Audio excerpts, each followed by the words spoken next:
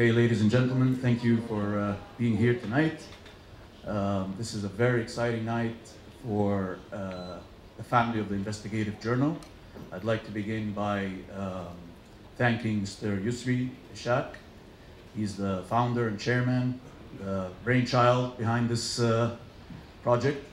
It's not easy for him. He's a man who started his career in the 80s in landscaping and a little bit of construction, and now he's getting into journalism. And he got into it much earlier, but this is the big one. Miss Jane Kahani, sitting in the back there, trying to hide. She's a very good friend of mine. That's my name. Sorry, She's you should know that. She was the chief editor of the Investigative Journal. She's done an incredible job with us, and we're here today to announce the official launch of the project that started in February.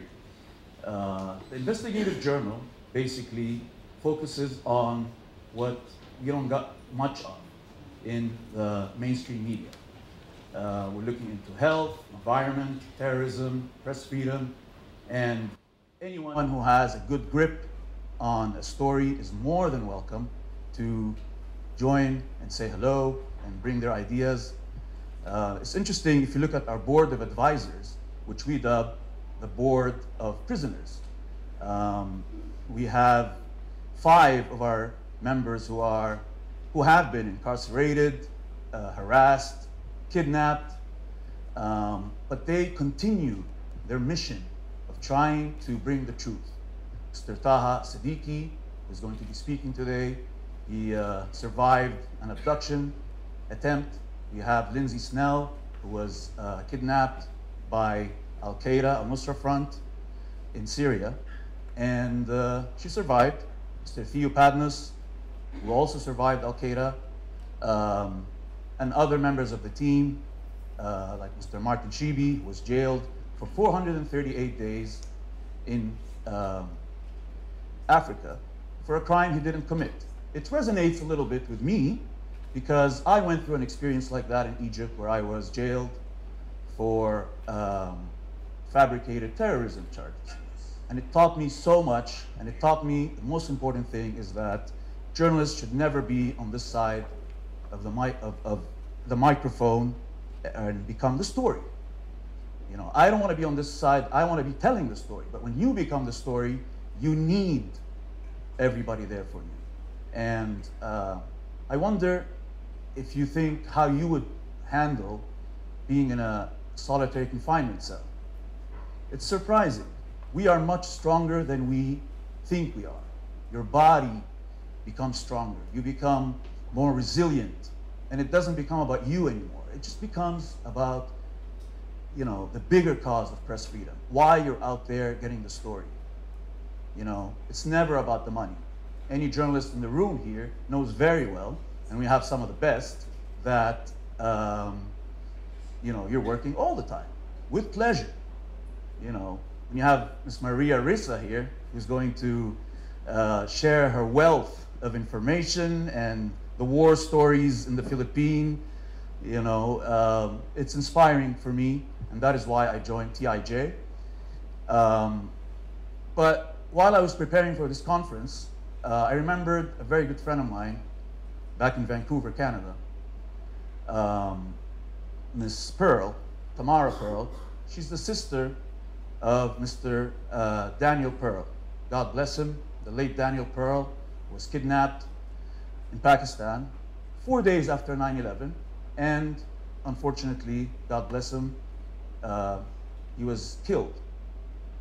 And in the video message we're going to play today, she clearly states that her main source of information when her brother was in the hands of these ruthless people was coming from investigative journalists. And that's what it's all about. Digging for the truth in this Trumpified era where we're being manipulated. And just before I go and, you know, play this video, I'd just like to mention the numbers. You know, in 2004, when I stood in court in front of a judge, I was surprised that there were 200 journalists behind bars for crimes they didn't commit. And then here I am. It's 340 plus journalists incarcerated, almost a double, according to RSF, and 8 who have been killed and 60 who have been taken hostage. So we can't normalize this. We cannot accept this. And that is why I'm extremely happy, and I'd like to announce tonight that the Investigative Journal has partnered with Rappler in the Philippines. We have the CEO here. Thank you so much. You know, it's a pleasure. We're going to be cooperating on investigations and trying to bring you the truth, everything that's out there, you know, and from all kinds of fields. And we are emboldened by our board of prisoners. And I'd like to play the video. Ms. Tamara Pearl, she's the vice president of the Daniel Pearl Foundation, and they still bring journalists from Pakistan to the US and train them, young journalists. That's their mission. So please allow me to play this video for you.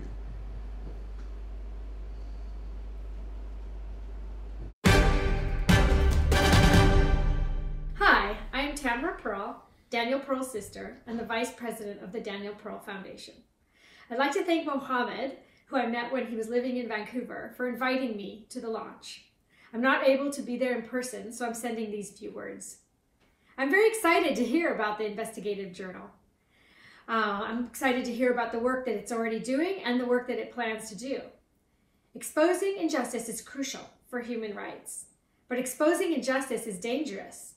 Investigative journalists need protection and support, and to know how valued their work is for each and every one of us who wants to live in communities that value human life and dignity.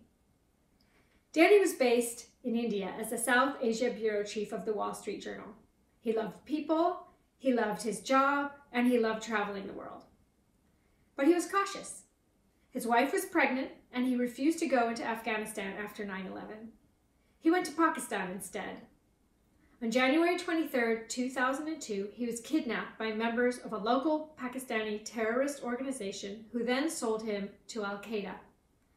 Much of what we know about the many people who were involved in his kidnapping and murder is from investigative journalists, who I still call to verify what is published from time to time about his killers. I don't need to tell you how devastating this was for all of us who love Danny. Out of a desire to turn our pain into something helpful, we created the Daniel Pearl Foundation. One of our programs is to bring mid-career journalists from countries that don't have a free press for 6-month fellowships on news outlets in the United States. This experience often motivates them to go back to their countries and write on complex topics. For example, Umar Chima, who is an investigative journalist based out of Islamabad, returned to Pakistan after his fellowship and published 2 groundbreaking reports exposing rampant tax evasion among top Pakistani officials.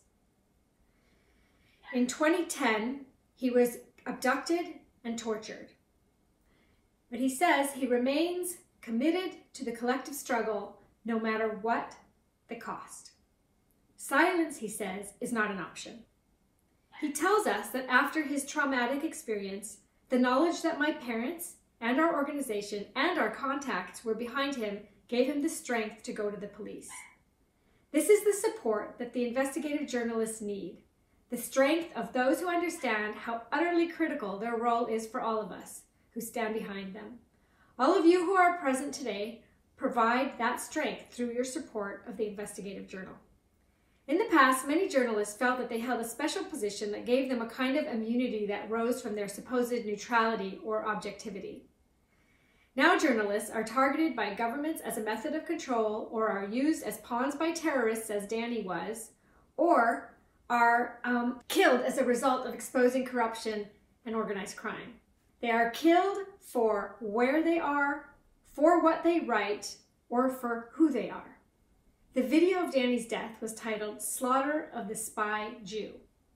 Whether they are seen as spies, or threats, or traitors, the idea that journalists are the enemy is rising. To counteract that, it is imperative that we emphasize why it is so important that we have professional journalists in the field and why their safety is our safety. In May of 2010, Obama signed the Daniel Pearl Freedom of the Press Act, which required the State Department to add reports on the assault and imprisonment of journalists around the world in their yearly human rights report. As an interesting aside, Vice President Mike Pence, who was then a congressman, was one of the sponsors of the bill. These reports are online and can be viewed country by country. More protections need to be in place. When journalists are imprisoned, missing, kidnapped, or murdered, we all suffer because the truth is threatened. Thank you to everyone involved in the Investigative Journal for recognizing the urgency of the kind of work you are supporting. Thank you.